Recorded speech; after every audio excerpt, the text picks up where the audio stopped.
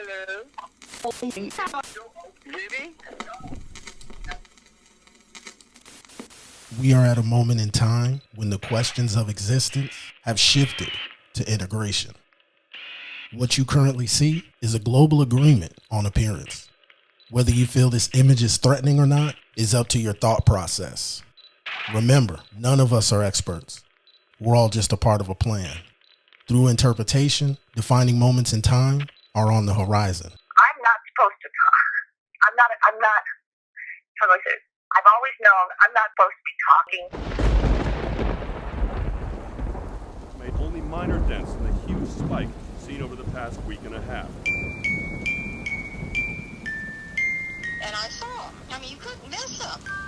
If anything, they're more curious about us as we are about them.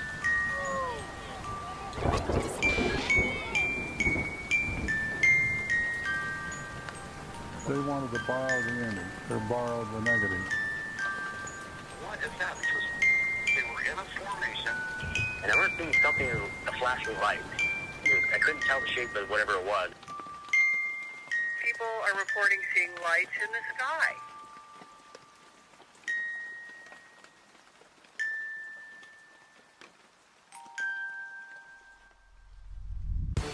If you decided to use some of the equipment that was referred by Steve Barone in Chapter 5, UFOs over Vegas, you're gonna need to grab a tripod because you may end up being out there for hours or even the entire night. You want to keep your video as stable as possible. By using a tripod, you will stabilize your footage. Nobody enjoys looking at shaky UFO footage. One thing I recommend is this. Once you're set up and you're ready for the hunt, follow these simple photography rules. While you're shooting video of the night sky, you always want to look in the opposite direction in which your camera is facing and recording. What's going down in front of you could be happening behind you. The camera is your secondary set of eyes, meaning you can always go back and watch what you recorded. So pay attention to what's going on behind you because something could appear. Another thing, never delete your footage. Go home and view it. Really study the footage because the camera captures things that the eyes will not see.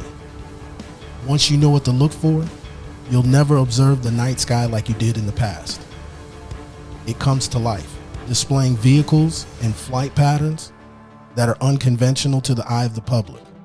In my experience of filming and observing the sky, the aerial vehicles that have been witnessed display flight patterns and sometimes sequences of aviation lights. They are hard to see in real time, and I'll show you exactly what I mean. There are single vehicles that look like orbs made of light. If they are part of a fleet, there's 4 different colors you'll commonly see. The most popular reports are of white lights. Sometimes just one, and others there's multiple. In most cases, they just glide across the sky, shift directions, will disappear, and in other instances, you'll catch them in groups, forming different shapes and patterns, displaying intelligence as they maneuver through the air. The yellow orbs just glide at extremely high altitudes, making calculated turns, almost never traveling at high speeds. It's like they want to be noticed. Other sightings show red orbs, traveling sometimes at very high speeds. Through my observations, I've learned that these are unofficially known as the TR-3B, or different variations like the aurora. In these images, you see it start off as a solid red object, and through its descent, the solid red light then begins to display a black triangular form at each point of the vehicle.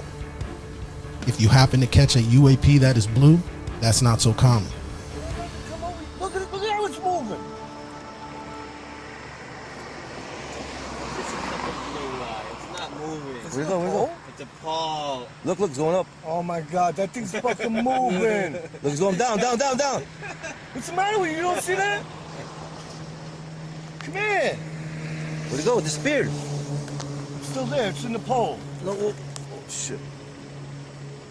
Disappeared again. right there. What is it? That's not supposed to do that. Yeah. Come on, lights just don't. This ain't a Christmas tree over there. Yeah. Look, Look, look, it's moving fast. Not that fast. It's fucking lights up. Oh shit! Look at it. It moved from one It section looks to the like next. it's doing a fucking circle. Do you see any lights going on? Someone fly some, you know, like Amazon deliver shit like That ain't drone. normal. And like a toy drone with some fucking light. I saw that blue light in the parking lot of the pizzeria one day. Yeah, some kid flying a drone. Yeah. I know. You know? Look. How do you yeah, know? I know. Look. It looks like it's circling. It's like fucking weird. Hey, what is that thing doing? Now it's going down. I just think it seems like Because some kid is flying up and down. Damn yeah. It's a fucking like a toy drone. What the fuck? Toy drone? I don't Yeah, think come we on, see it Victor. from here. That high? Yeah. Look, that shit's high, bro. Their characteristics are unique because they are capable of high speeds, disappearing and reappearing in different locations, the ability to hover, and some reports show interactions with humans on ground level. Dude, they're real, man. If you stare at the sky long enough, I mean, I tell people you just gotta stare at the sky long enough, and you will see these things. You know, and people don't believe it, and they're like, "Oh, it's just satellite." I'm like, "No, dude, this is no satellites, man. Whatever it is, it literally it's smart enough to know that you are interacting with it." So again, this is something that was very intriguing to me because I'm serious. If it wasn't for my stepson and my stepdaughter having seen the same thing I saw, I would have thought I was crazy, man. I opened up a can of worms, man. I tell you, I'm like, without even intentionally thinking that I really, honestly, I didn't even think that I was going to have any form of communication back. You know, I merely thought, okay, you know what, I'm going to just play around with this light and see what happens. And Lord and behold, man, it's just boom, you know, we get the light shining upon us, and we're like, and it was just like, it felt like everything, just like I said, just felt like slow motion, but whatever it is was intense. It was luminous, bright blue, and it got us, man. And we're like, whoa, what in the world was this? I mean, every time I think about it, it's so surreal.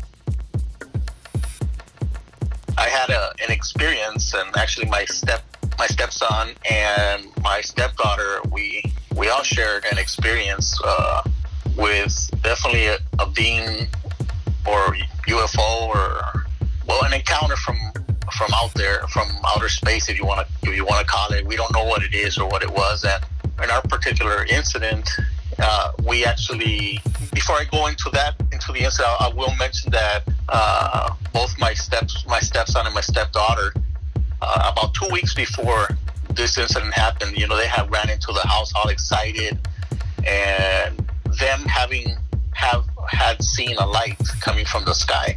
Honestly, the family, the other siblings, we didn't take them too serious about what they had seen. And as a matter of fact, we didn't even ask them about what had happened or what they had seen, or, I mean, we just kind of dismissed it and invalidated the whole, okay, so you saw a light, great.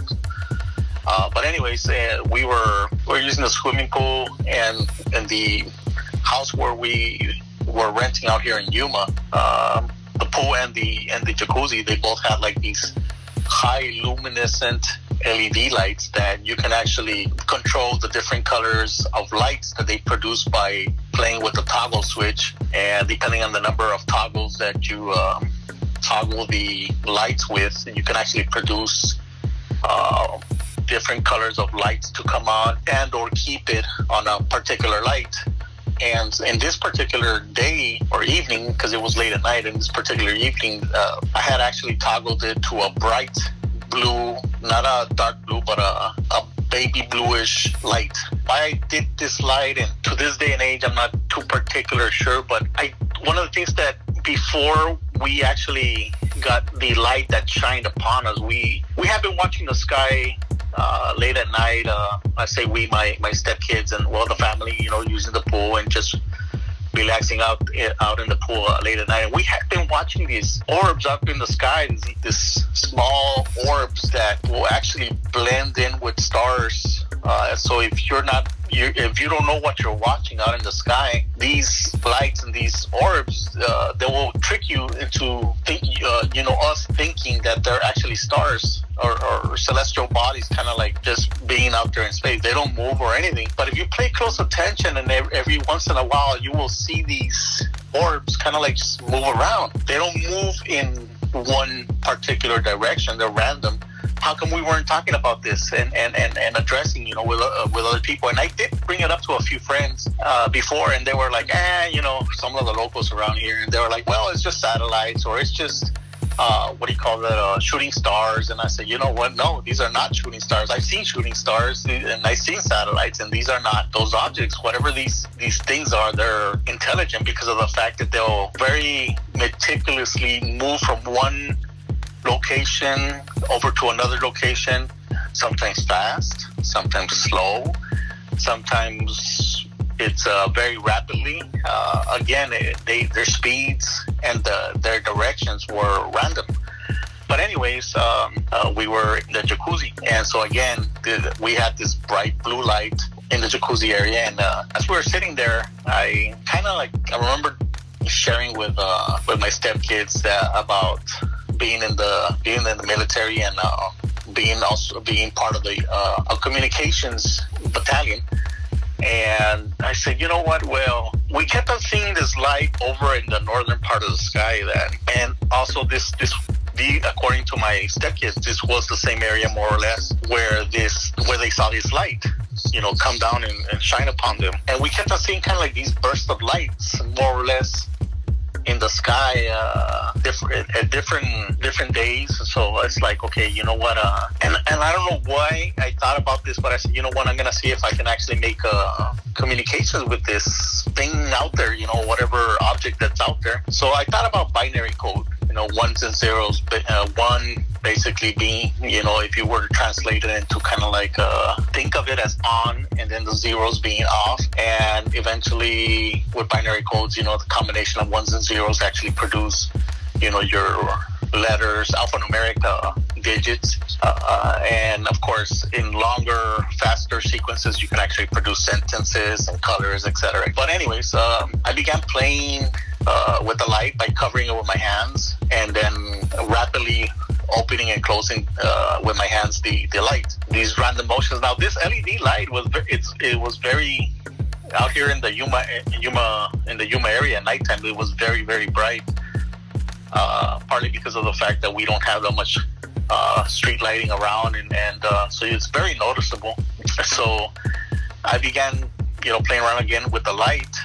But all of a sudden, I stopped and we were talking, and I didn't cover the light anymore. And as we were talking, all of a sudden, this bright blue beam just shines down upon us. And it was a perfect circular beam that just encompassed the jacuzzi area, and it only lasted for a fraction of a second or so. But at the same time, I recall just, things going in slow motion, and kind of like a feeling of not really being there altogether. And as soon as this light came in and left, and again, this was only a fraction of a second in what I usually describe in real time, it just felt like it was longer in some other kind of time. It felt like it was longer. And at the same moment, Jared, Ada, and myself, we all looked at each other like, and if it wasn't for them seeing the same thing that I had actually seen and experienced, and we had seen and experienced, I wouldn't believe it. I wouldn't believe it at all. It wasn't scary. It was more surprising than anything, and it wasn't a painful experience or anything like that. Again, it was just more kind of like a feeling of what just happened, curiosity, kind of like excitement that something had actually happened, and so we did actually tell a few friends and people from that we know out here in Yuma, but nobody had ever seen or heard of anything like that before. And so we kind of like stopped talking about it because of the fact that, you know, it wasn't, you know, too well accepted by some people. I guess they still don't believe in these things. And, you know, when you talk about these things, you kind of like put yourself in a situation where they want to ridicule you or mock you for what you've experienced. And I said, you know what, it's a shame, because something is out there. Sometimes you'll catch craft that display multiple lights at once. Sightings of these have been reported since World War I and World War II. Pilots in the European theater reported seeing strange objects while flying that resemble Christmas lights, that had the ability to maneuver and take turns at high speeds, almost seeming to toy and play around with the pilots during flight. The different variations that were just discussed are pretty common in this area and other parts of the world. Now, let's take a look at one of the more compelling videos in the Barone files. On August 10th, 2019, I was outside in my backyard with my original night vision monocular, the old school one. And anyway, I'm looking around the valley, and when I'm looking to the northeastern part of the valley, I'm staring at the Las Vegas mountain range, and I see a white-looking sphere or orb that appears to be heading generally in my direction. So I get the night vision on it, and so that people know, this night vision monocular does not come with any kind of a screen or anything like that. So I have to be kind of bent over a little bit and have one eye looking in the eyepiece so that I can follow this thing. And the other important thing that I always do is that I always use a tripod on every video I can. Once in a great while, there may be something that I have to do at handheld, but this is using a tripod. And when I'm following the object, I can't actually see it because I'm looking through this eyepiece. So like right now, you see I've zoomed in a little bit. The reason I did it on this one is that the object didn't appear to be a perfect circle. Or perfectly round. It seemed a little bit oblong, which tells me it's very possible that there might be a second object so close to it, but that it looks like one object. I'm not sure, but later on in the video, you're going to see the same looking thing return. And I don't know if it's going to be this object or another one. You know, this wasn't overly exciting, but at this point in time, too, this late in doing this for all these years, I know now that these kind of objects can appear out of nowhere. I do have one video where I got lucky and watched this thing just manifest out of nothing. A clear, thin air, not a cloud in the sky. And it became a real light red mist, and then all of a sudden, next thing you know, you have a full-fledged glowing orb. But anyway, it's not going to be too long now before the main event in this video happens, and you can tell I'm moving it as it's going. The other thing is, I basically know that it was up pretty high up because there's a point where you just see the tops of the palm trees, and you never see the Spring Mountains or La Madre Mountain in particular in back of it. So it was up high enough where those objects couldn't be seen. So anyway, I'm just following it, and you know, and I've learned that I always stay with them.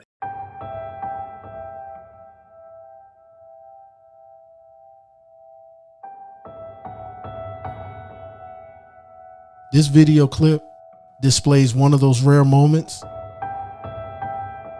when you're focused and filming on an object, and then something strange ends up in your viewfinder.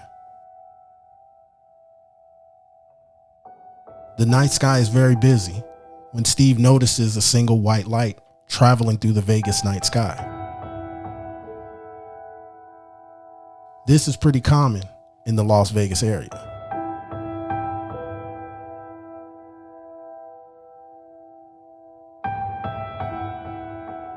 He's tracking the object, trying to identify what this craft could actually be.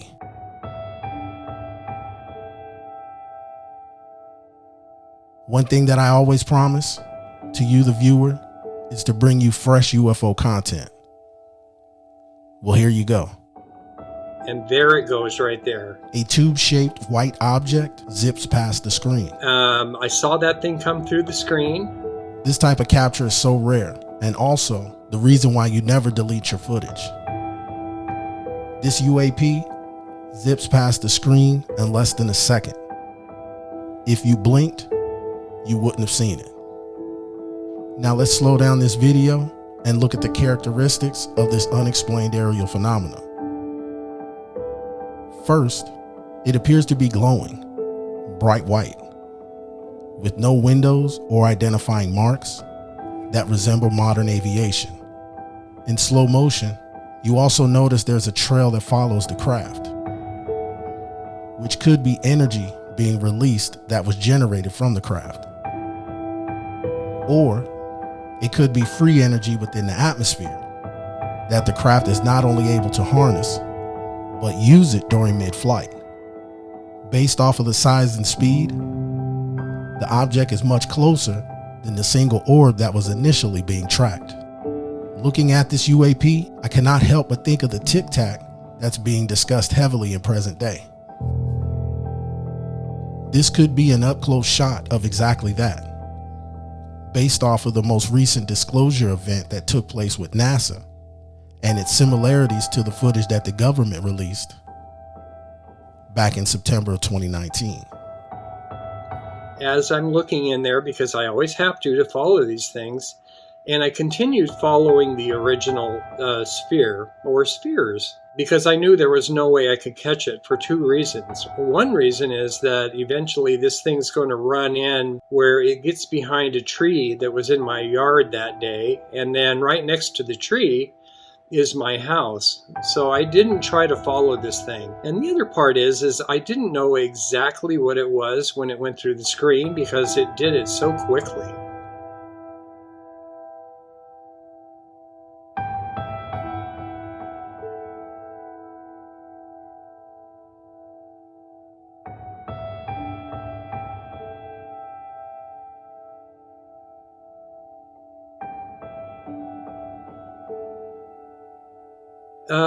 It should be getting to the part here where you're going to start seeing a kind of a pinkish hue, and you can see where it starts going behind the tree, and you can see it shining there, and next thing you know, it's behind the house. Okay, so here it is. There's that foggy looking pink, which is just a plum tree that was there. You can't really make it out, but you can still see the light from it, and then it goes behind the house, and that's where I cut it off. So just less than a minute later, then begins the second part of the video, and now I've moved, it's not even 5 minutes since that amazing object went through the screen, that now I'm filming this, and I've turned back. This one's lower, it's lower, and it's still coming the same direction. I didn't see it coming all the way from the Las Vegas mountains this time, but it seemed to be going the same direction, and this time it's lower, and it seems to be closer. At this point here, I've zoomed in a little bit, and it's actually painfully slow.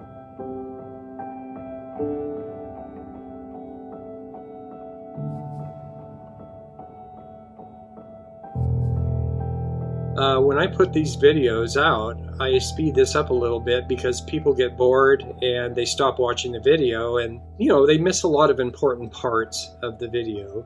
But I'm staying with it right here. Once again, now I'm still looking. I'm looking to the north. You can't see the mountains in the background because they're far enough back where they're not really showing. But you see how slow that thing's going. And I just keep following it because I know from experience that these are amazing objects, and they're capable of doing more than just one thing. As the years went by, I eventually saw them changing and morphing into something else, where it might look more like an airplane, where just a different look to it. And it seems like they have different assignments at times of what they might be doing, because when I began looking at these things and I began seeing them, once I got the night vision monocular, I was blown away, because the typical kind of formation and stuff that they would have, would there be at least 4 of them, and they would do basically aerobatics, and it looks like they were forming different kinds of patterns. They could be constellations, it could be mathematical, I don't know what they do. I mean, my general feeling of watching these things over time is it just seemed like they were having a good time. So anyway, it's at this point now that when you look at the screen, you see I have a neighbor below me, just north of my house, where we are up much higher, and that's why I can see so much. But you can see this roof and the shingles that are on there, and this thing seems to just be slowly approaching. I'm not sure exactly how far away it is, but there's a point where it just stops, like right now, and you notice the brightness of this thing intensifies incredibly. And I forget for how long this thing sits there. I think it sits there for almost 3 minutes and just glows. I don't know if it knew I was shooting video of it, but I got the feeling at the time it seemed like it was just coming over just to say hello. I know that sounds really strange, and it could be that wasn't it at all, but I do believe that this thing was very close. And it's funny because I was so excited originally about the Tic Tac style object flying through the screen, which will be covered much better. I didn't really even pay much attention to this part because the white sphere kind of became the lesser important object because of never seeing one of these tube-shaped objects before. So anyway, it's just sitting there glowing brightly, and I just keep watching it, and eventually it's going to turn around and go back the other way and leave. And sometimes these things, they're so slow when they move, you're not sure if it's even a sphere or an orb. But once again, now I back away, and it looks like this thing now is backed away as well, and decrease the brightness, and it's on its way. It's going to leave and go back wherever it started. Like I say, this is one of my favorites. It's funny because sometimes you start thinking that maybe you've seen just about everything, and then something new happens, something new like this. And I couldn't wait to get inside. I didn't even follow this thing the rest of the way out when it departed, because I was so excited to get inside and see what I had already saw go through the screen.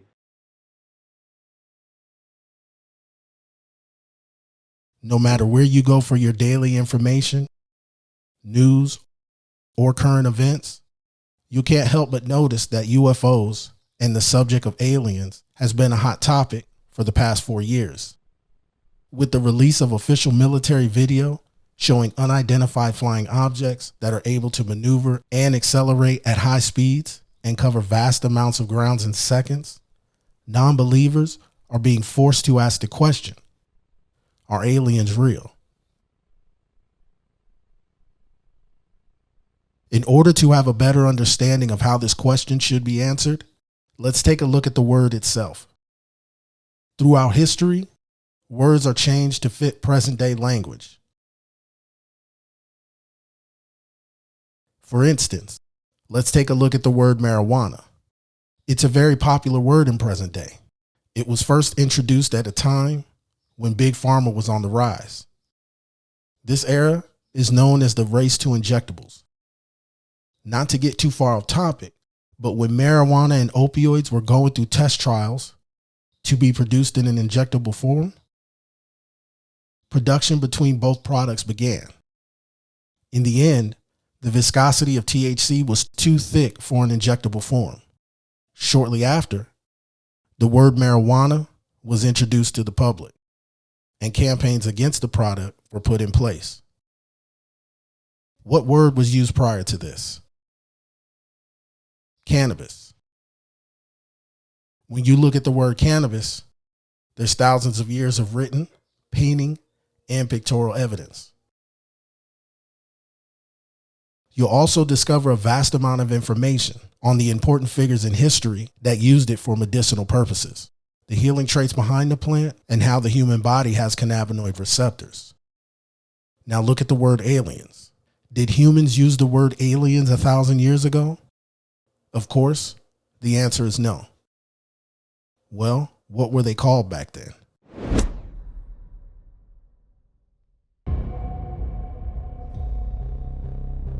In the 30th year, in the 4th month, on the 5th day of the month, as I was among the exiles by the Kabar Canal, the heavens were opened, and I saw visions of God. On the 5th day of the month, it was the 5th year of the exile of King Jehoiakim. The word of the Lord came to Ezekiel the priest, the son of Buzi, in the land of the Chaldeans by the Kabar Canal, and the hand of the Lord was upon him there. As I looked, behold, a stormy wind came out of the north, and a great cloud with brightness around it, and fire flashing forth continually, and in the midst of the fire, as it were gleaming metal. And from the midst of it came the likeness of 4 living creatures, and this was their appearance. They had a human likeness.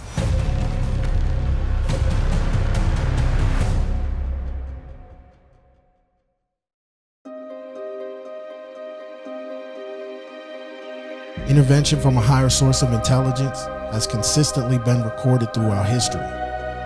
Let's take a look at the Bible, for example. As we do this, please don't look at this book from a religious perspective. We will look at some of the verses in this book just as recorded history that actually happened. In the Bible, the UFOs of those days were known as chariots of fire or flying scrolls.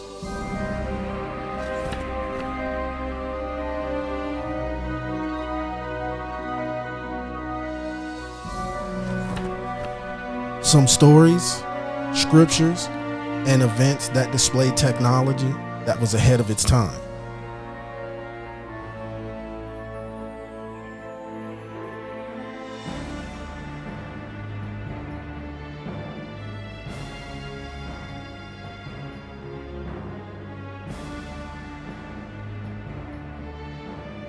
Modern pop culture films like The Phoenix Forgotten depict Ezekiel's wheel in present day, abducting 3 people who wandered into the sacred Arizona desert back in March of 1997.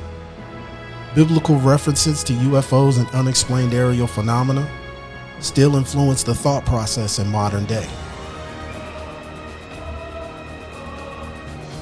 Through art, the human mind began to develop cognitive thinking, and our early ancestors began to express what they witnessed through spit cave paintings, portraying depictions of strange objects in the sky and the existence of a race of beings that looked a little different than modern day humans. Even though their names has changed in the present, they've always existed.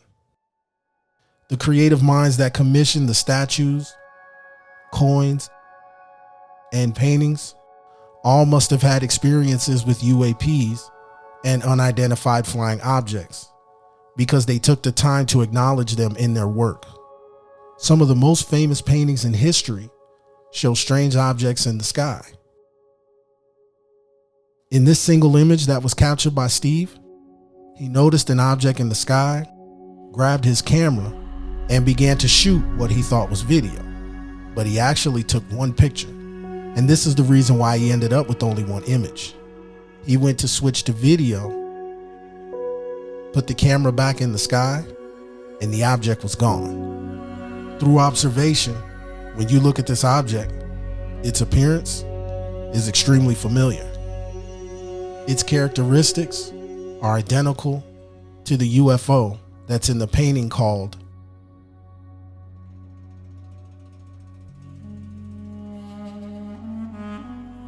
This painting is attributed to more than one artist, and it's located in a museum in Florence, Italy. Mary, the mother of Jesus, is seen looking down, while in the background, something very unusual is taking place. The craft has a glowing aura surrounding it, and it definitely has the man's attention. The photo that Steve took happened this year over Las Vegas, and it's eerily similar to the object that was seen in the painting known as the Madonna and Child, commissioned in the 15th century. These activities aren't happening just in the United States. This is a worldwide phenomenon that has had very long-lasting effects on many civilizations throughout history, even dating back to the birth of Jesus. Another painting to look at, currently hung in a museum in Cambridge. It was painted by a Dutch artist in 1710. Due to his strong affiliation to Rembrandt, this painting of his is considered to be projecting secret knowledge to the public. The painting shows 4 columns of light being emitted from a disc-like object onto the baptism happening below. In the center, you'll notice a white dove.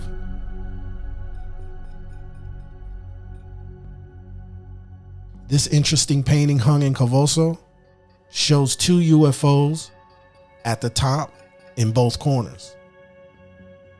The UFO in the top right, the pilot seems to be looking back at the craft behind him.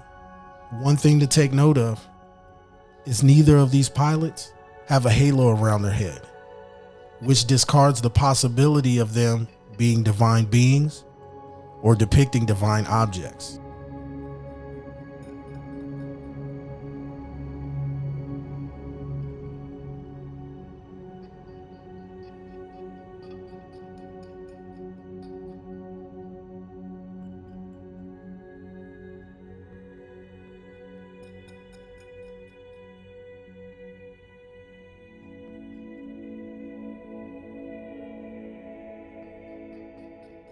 The transfiguration of Jesus that was witnessed by his 3 apostles, Peter, James, and John.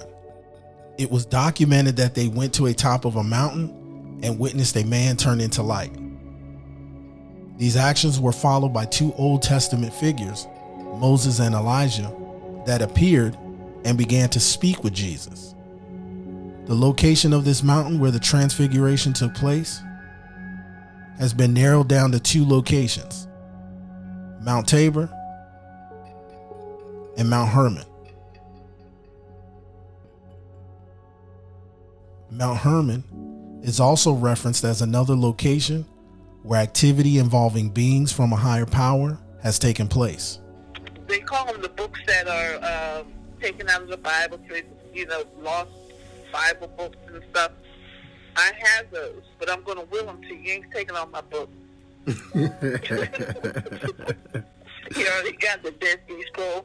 Found amongst the Dead Sea Scrolls, the Book of Enoch labels Mount Hermon as a unique location where a group known as the Watchers came to and from Earth during the time of Jared.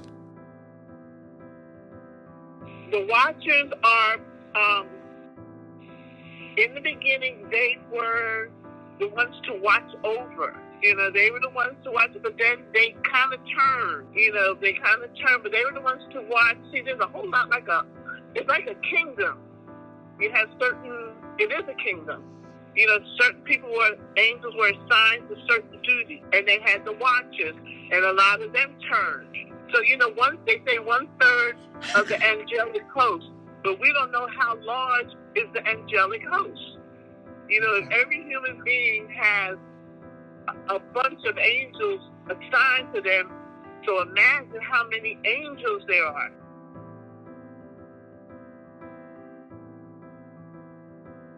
Well, really, we don't know, because that's all in the creation. The creation of the universe. See, when God created the universe, He created the invisible universe first.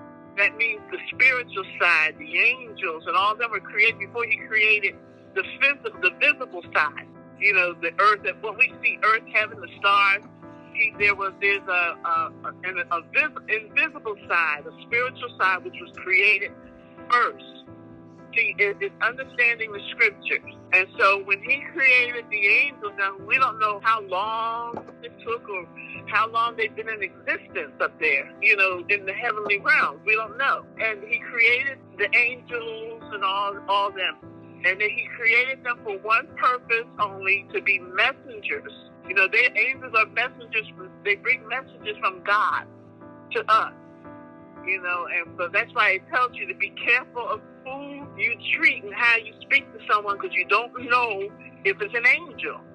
That's why that's in scripture, and Sweetheart would say that all the time. Be careful of who how you treat people, because you never know if that person is an actual angel coming to bring you a message. So that's the purpose of the angels, also to guide us and to fight for us in the spiritual world, because the spiritual world is the side of the spiritual world that's against us, that wants to take us to hell, that wants our soul.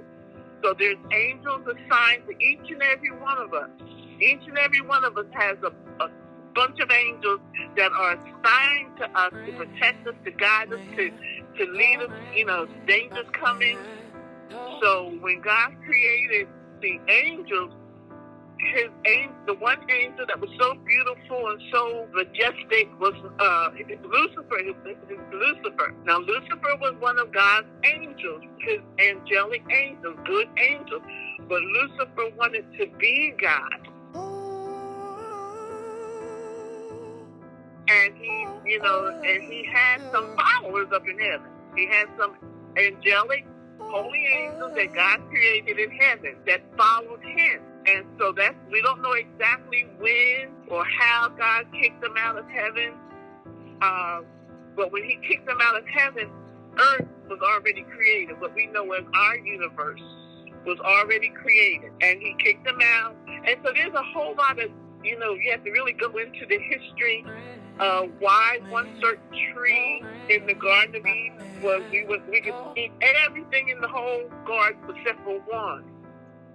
And that one tree was the one that opened our minds to the knowledge of good and evil. Because see, when Adam and Eve was created, they only knew good. He kicked Lucifer out onto earth. But when that happened, how it happened, we don't know. We really don't know. Because you get a lot of answers.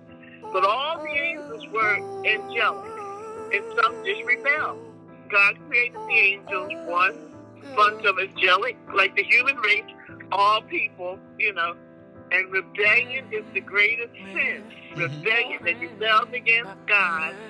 And so when he kicked them out, and that's why Lucifer, he wanted to be God. He wanted to sit on the throne of God. Because he thought he was it. And that's where pride and conceit and all that stuff here, because that's Satan with his host of angels that followed him are whispering in the ears of human race, do this, rebel, fight, do this and do that. But then you have the good angels that are with you, telling you, go this way, don't do that. Located in southern Lebanon, this mountain range and its mathematical position is where the Watchers arrived and left Earth. It also sits on the 33rd parallel north and the 33rd parallel east, which fits the exact mathematical makeup and percentage of the Watchers that fell from the heavens. If you're unfamiliar with the story of the Watchers, the Creator made the Watchers to look over humanity.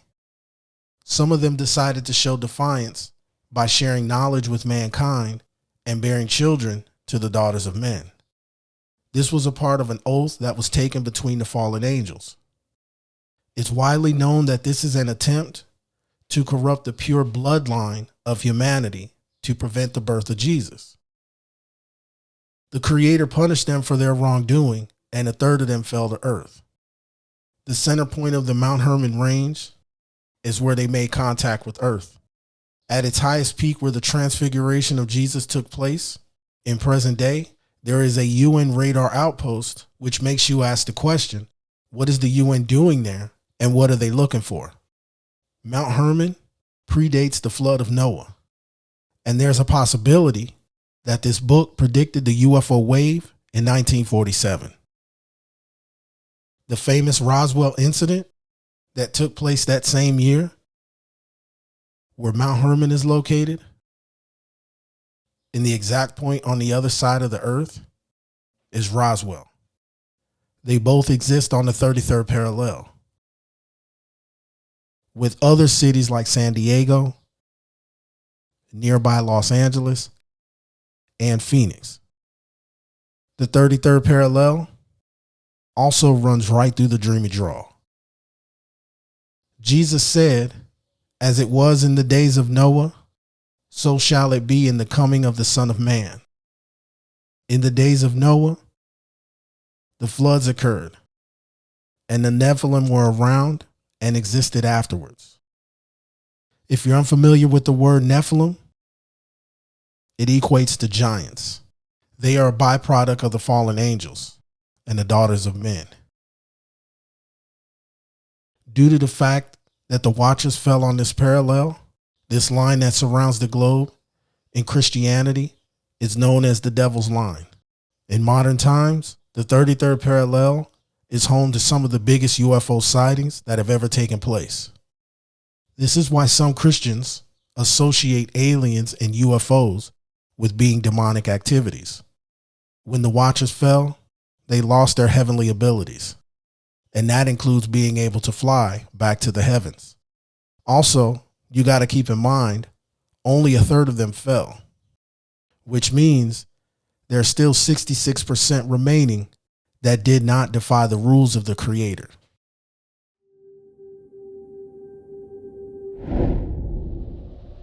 The Vatican, in more recent years, has gone public for their beliefs of extraterrestrial life beyond this planet.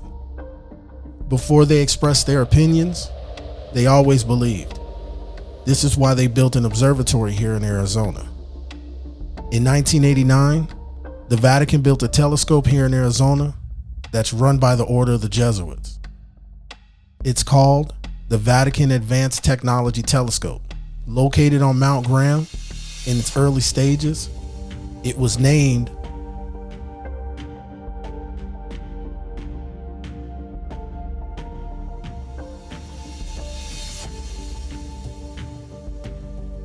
This is a name that was given due to the instruments and different components that are involved by astronomers in its early stages. 3 facilities sit atop Mount Graham to form the Mount Graham International Observatory. They are all separate telescopes. There's a popular opinion that says the Vatican purposely named it this, and it's not true. It's labeled as a rumor and eventually caused the Vatican to rename it to Lucy. Lucy is not actually a telescope. It's a component that attaches to the telescope. They are pointed in the darkest spots in space, and they're actively searching for extragalactic signs of life. The Jesuits have been looking for extraterrestrial life since the 80s. One reason for these actions is because of a discovery that took place in North Phoenix during the 70s. A place of worship was discovered on top of this butte. Its initial discovery led archaeologists to believe that only the native peoples inhabited this area. A deeper look at the relics and symbols that were found revealed multiple groups were in this location and they existed together peacefully. Before the expulsion of the Jesuits took place, there was a man who earned the trust of the indigenous peoples. His name was Eusebio Kino, historically known as Father Kino or the Padre on horseback. He was a geographer, map maker, astronomer, mathematician, and explorer. His impact was felt in an area known as the Pimeria Alta in modern-day Sonora, Mexico, and southern Arizona. During his explorations, he ended up interacting with 16 different native tribes. Even though he was a Jesuit priest, he opposed many of the actions the Spaniards imposed on the indigenous peoples in this area. Through this, he gained the trust of most native tribes he encountered. Outside of his expedition to the Baja Peninsula, Kino hardly experienced hostility from the native peoples. In present day, it's widely known in this area that Father Kino was shown at least 2 of the legendary 7 cities of gold. If you're not familiar with the 7 cities of gold, here's a brief rundown. This is the main reason why the Spanish came here in the first place. A Moroccan explorer by the name of Esteban came to New Spain as a slave/spy for the Spaniards. He had many talents, like being a shaman, a healer, and he used this to gain the trust of the native peoples. For his work and good deeds, he was given a baby rattler made of gold and copper. He took this rattler to New Spain, which at this time was in present-day Mexico City. He reported the baby rattle he was given and told them he saw a city made of gold, also known as Cibola y Quivera. The 7 cities of gold fueled the increased presence of the Spaniards in the New World. This name was on Spanish maps for almost 300 years. Father Kino was shown and also learned the secrets of the Apache Thunder God Mountain. While he was on this sacred journey, inside of this sacred mountain range, he was allowed to see one of the legendary cities of gold, as long as he never revealed its location. One of the Kino maps shows how he encoded that information in secrecy. Another reason why Kino was loved by the indigenous peoples was he didn't force Christianity onto them. Instead, he developed missions outside of the norm that went against the rules of New Spain. These places of worship were hidden in the mountain ranges to the north. All religious aspects and spirituality were celebrated and honored in these locations hidden in the desert. Father Kino did not live long enough to experience the expulsion of the Jesuit priest in 1767. During this time, the Jesuit priests were all rounded up, kicked out of New Spain, and taken back to the old world because the king thought the Jesuits were stealing gold and silver and other precious metals from the mining operations. Technically, the Jesuits weren't stealing. They were sending what is known as the King's Fifth, but also didn't factor in shipwrecks or pirates. The Jesuit priests were using the gold, silver, and other precious metals for relics in their secret places of worship, but they got a little flashy. There's an old legendary story that they crafted a 900-pound gold cross that later needed transport down the Salt River. The Apaches caught wind of this and attacked.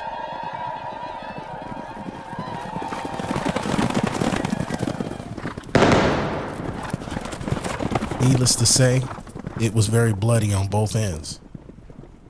That 900-pound gold cross went missing and was never to be seen again. If you think this is false, that same gold cross is depicted here above this church, located in Phoenix. The man on the left of your screen is Father Kino, standing above his trademark, the horse. We'll get into that at a later time. During his life, Kino learned and respected the natives and their belief systems. He gained their trust through understanding the ways of each tribe. The Padre on horseback knew their creation stories, their gods, and the information encoded into their sacred relics. These places of worship were unknown to New Spain during the expulsion, and the relics within were immediately concealed and laid hidden in the rugged desert for hundreds of years. Their locations were etched in some form of map that was heavily coded and in many cases separated from its creator. The discovery of this unorthodox church, whose location is on a set of stone maps, led the Vatican to building their famous telescope here in Arizona. No other Jesuit in history has achieved what Father Kino was able to. He took many of his secrets to the grave, meaning he respected the natives' wishes, even if that meant breaking his oath to the Jesuit order. In modern times, these locations are being discovered due to the mountains in the area that are being torn down. The items that are found are protected under the Antiquities Act, and in most cases, they are viewed by the church simply because the Jesuit mining symbols that were found during the excavations. Now, I'm not saying Father Kino made these maps because that's highly unlikely. But what I will say is this: the person that made these maps was involved with the Catholic Church and could have possibly been a Jesuit. The vision on these stone maps fits Father Kino, and it's highly likely that they were inspired by him. The horse side of the map represents a certain time of year when the UFO activity in this stretch of mountains is at its highest. Before we go any further, it's important that we have understanding. I'm not trying to tell you what to think. I simply want you to think. There's an overwhelming amount of evidence that points to beings that exist outside of this realm, coming to and from Earth via Mount Hermon. It's a very rugged and secluded mountain range that sits on the 33rd parallel. The transfiguration of Jesus took place at this very same location. He turned into light, and 2 other beings of light visited him, while 3 apostles watched. Roswell sits on the exact same spot on the other side of the world, on the 33rd parallel. In almost every UFO sighting, the one commonality is light. They almost all involve light. The Phoenix Lights, or even the Battle of Los Angeles. All of these cities have 3 things in common. They sit on or extremely close to the 33rd parallel. They have increased amount of UFO sightings that are near extremely rugged mountain ranges. Now ask yourself this question: where does the government build most of their military bases? In the mountains. Ben Rich said, "We have the technology to take ET home." Who is ET, and how do we know where their home is? Did they learn this through knowing the secrets of mountain ranges? I was actually born in Parker, but my reservation's up at Hopi, so I spent a lot of summers up there. And you would see craft all the time, almost every night. And then we have a thing called, they say they come to watch us. They say when they're flying by, they're not here to scare you, they're watching you. But we actually, the last time I saw it was probably about 50 years ago.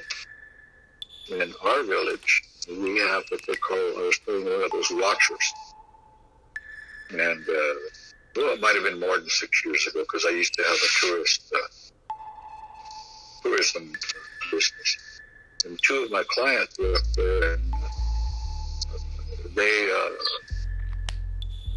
they actually wanted to look at archaeological sites.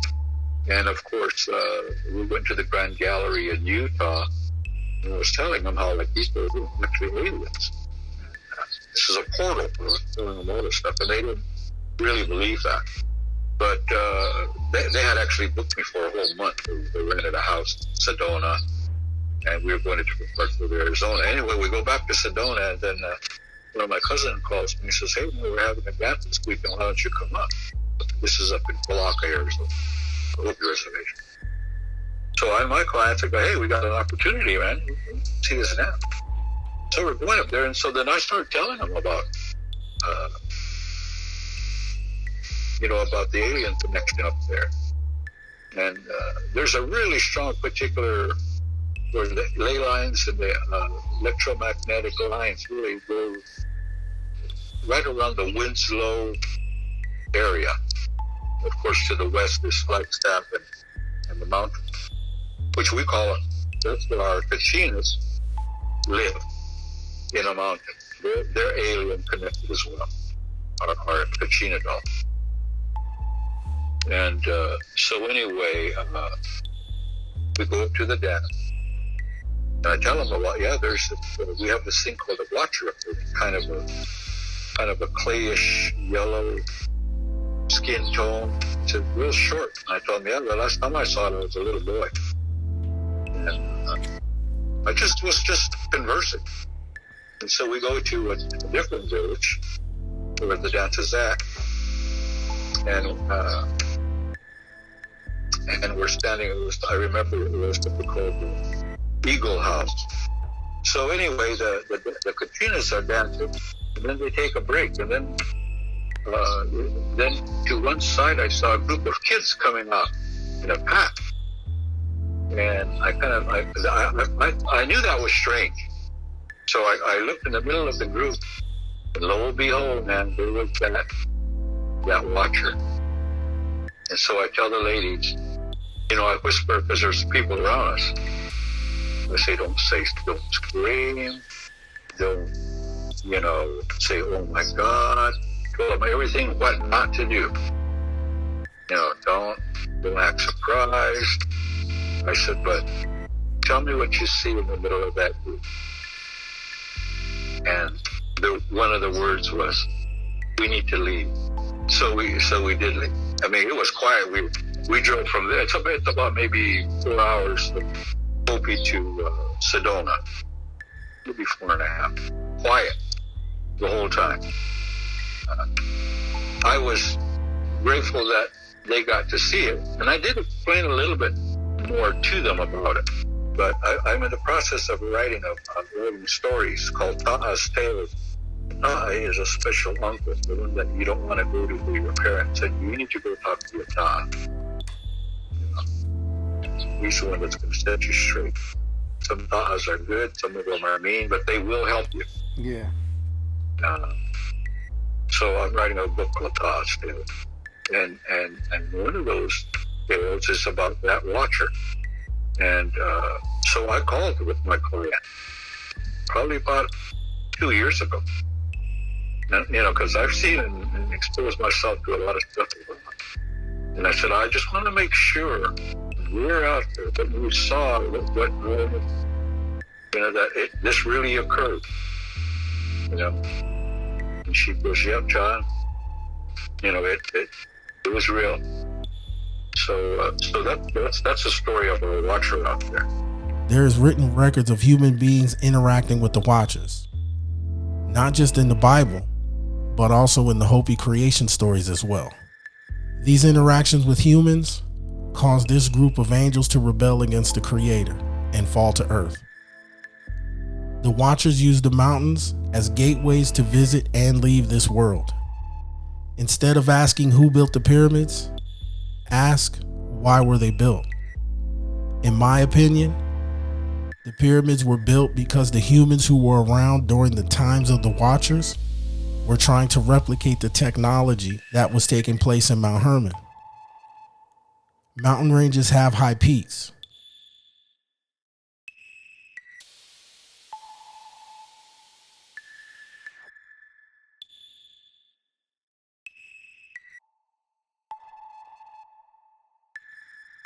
The location in the Mount Hermon range where the transfiguration and the fall of the watchers is on its highest peak. It's possible that the watchers gave humans the designs on how to construct and replicate ways to travel as they did. The oath the fallen angels took was to corrupt the bloodline of the human race at that time to prevent the birth of Jesus. The Bible says the fallen angels will return, and the Nephilim existed after the flood of Noah. Is there a chance that human interactions with the watchers has continued up until present day? It's possible. Are they actively trying to get back where they came from in a continued attempt to corrupt human beings? That would mean our government, or sections of that government, would have some sort of agreement with fallen angels. Whatever the case may be, This would make perfect sense as to why Christians associate aliens as demonic beings. The topic of UFOs and them being a threat has dominated most major media outlets over the past 4 years. Prior to this, it was non-existent outside of the UFO community. I'm here to tell you that through my many personal experiences that date back to 1997, I have never been in fear, probed, or harmed in any way. Looking at some of the actions of these UFOs and UAPs displayed in this footage, they have plenty of chances to harm or abduct with ease. But it's almost like they're in their own little world, just interacting in the sky, mimicking one another, as if they are dancing in front of the incoming thunderstorm, off in the distance. They continue these actions, as if no one will ever notice, with up and down movements in short patterns over the city before they finally decide to change directions and eventually head out.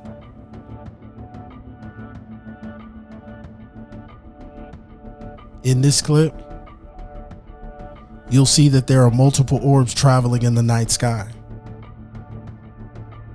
Due to the fact that Steve is filming in night vision, he's not able to zoom out, widen the shot, and capture all the UAPs at once.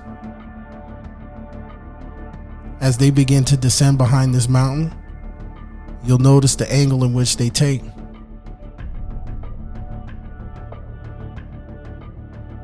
Using Google Earth, you can clearly see there are no runways or places to land of any sort. So where did they go? This mountain range you see is known as the Spring Mountains, where Red Rock Canyon is located, and another area in specific called the Charcoal Kilns. This entire area was inhabited by another form of Nephilim, and surprisingly not too long ago. At this point, if you haven't noticed, Mount Hermon is not the only location where the Watchers and Giants dwelled. This area in Las Vegas was once home to the red-haired giants, and Red Rock Canyon was a place of comfort. Yes, the Watchers mixed and mingled with humans in this area. It's all about the mountains that run along the western seaboard. Like trajectory of craft. In other words, they'll use, ley lines, electromagnetic lines. And the other part that I do know about mountains is the type of minerals they hold. If you follow these mountains, you'll discover a majority of the sightings are in these areas. As news reports continue to spike on unidentified flying objects, crash UAPs, and even 10-foot tall beings, it's important that you ask one simple question as you begin to digest the information. Are they extraterrestrial or man-made?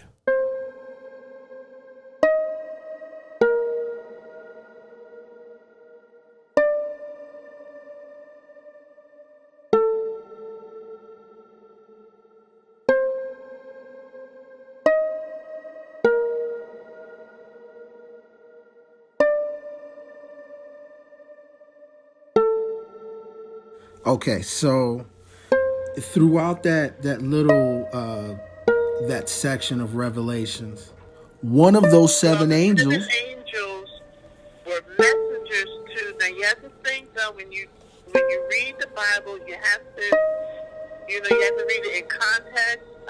Who God is talking to. God sent these angels as messengers to these churches, like the churches of. I think it's the Church of Philadelphia when you mentioned where I know your deeds. I know your good deeds. He's talking to the people of that time in that area. I see your good deeds, but you're not doing enough. So the angels are giving messages to these people. Just like the Church of Ephesus, they were doing, they were being converted from paganism or Judaism to Christianity. Angels are messengers. They're messengers and they're warriors. So they were sent to deliver a message to the church, to this community of people, to these churches. So when they say churches, this a community.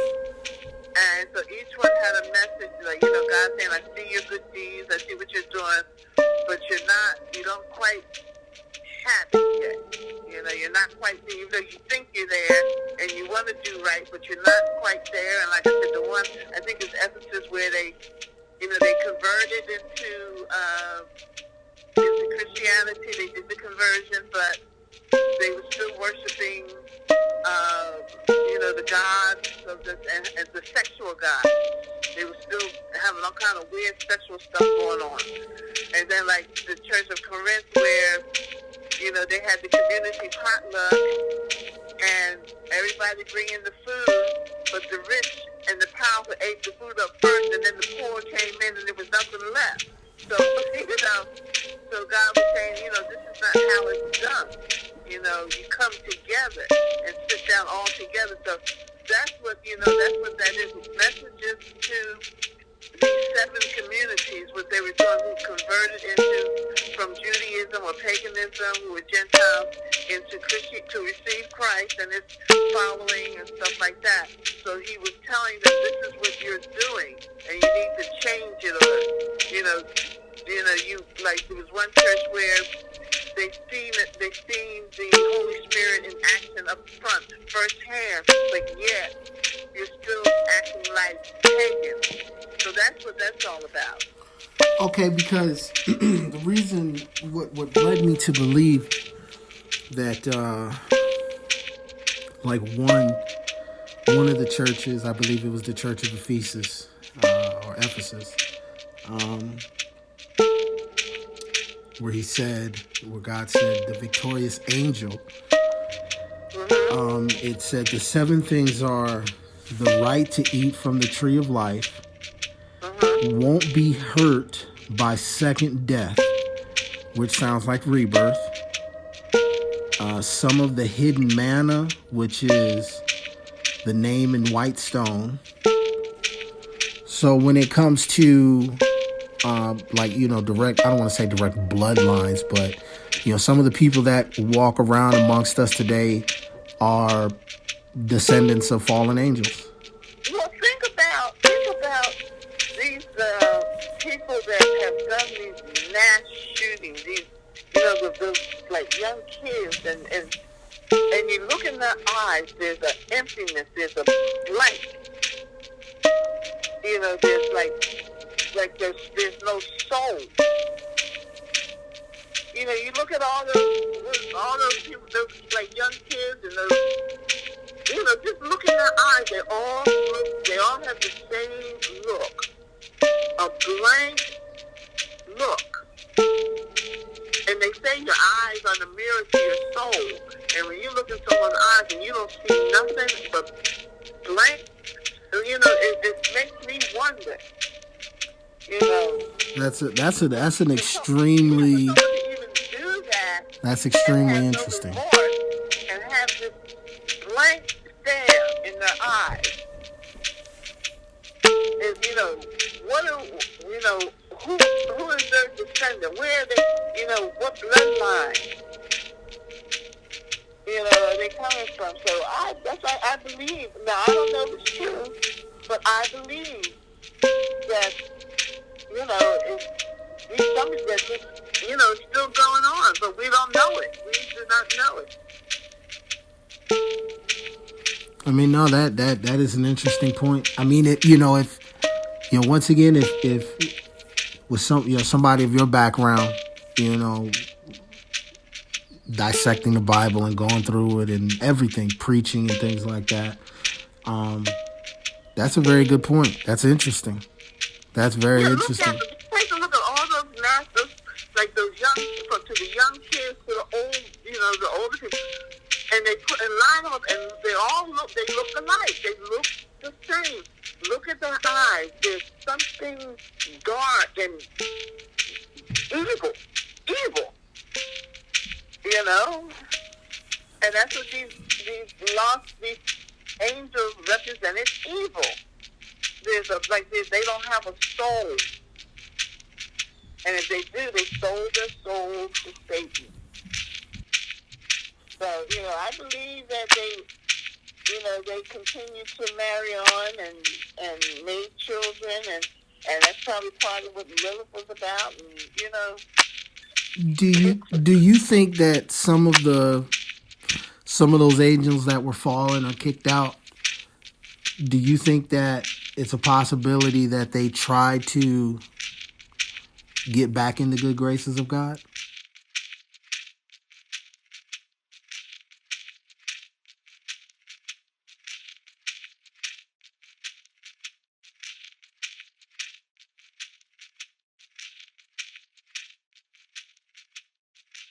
Okay. All right, Mom. Love you. All right. Okay. All right. Love you too. Bye-bye. Bye-bye.